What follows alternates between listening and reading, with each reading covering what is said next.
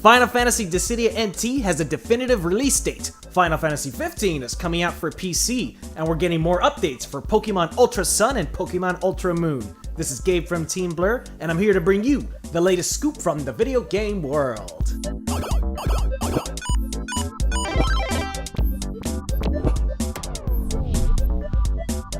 Now, before we begin, I want to remind you to subscribe so that you can always keep up to date with the latest video game content. We have a lot to cover today, so let's get right into it!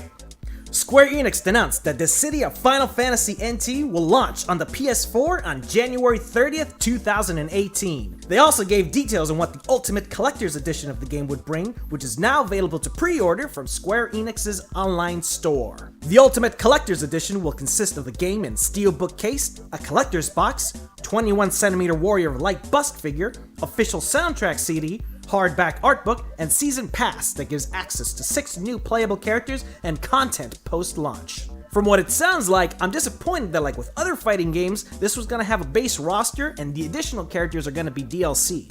I'm also not a big fan of these Ultimate or Legacy editions since they usually cost a lot more money than the base game and it's basically just fluff. They also released a video that gives you an in-depth look at the 3v3 battles and the options available for them.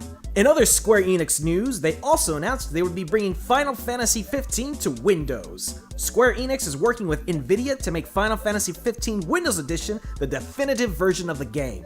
The game is set to run native 4K and 8K, as well as HDR10 and Dolby Atmos, so you can fully immerse in the story and the gameplay that the game has to offer, which to be fair isn't very much.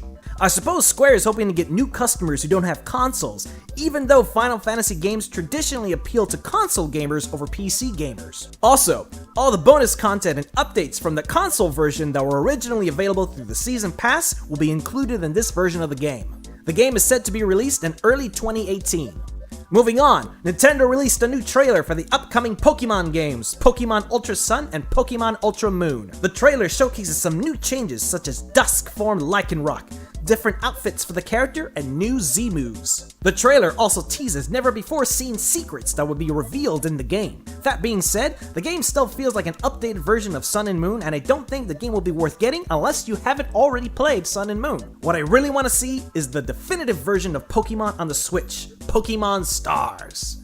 But I suppose this should hold off for now. The game is set to be released on November 17.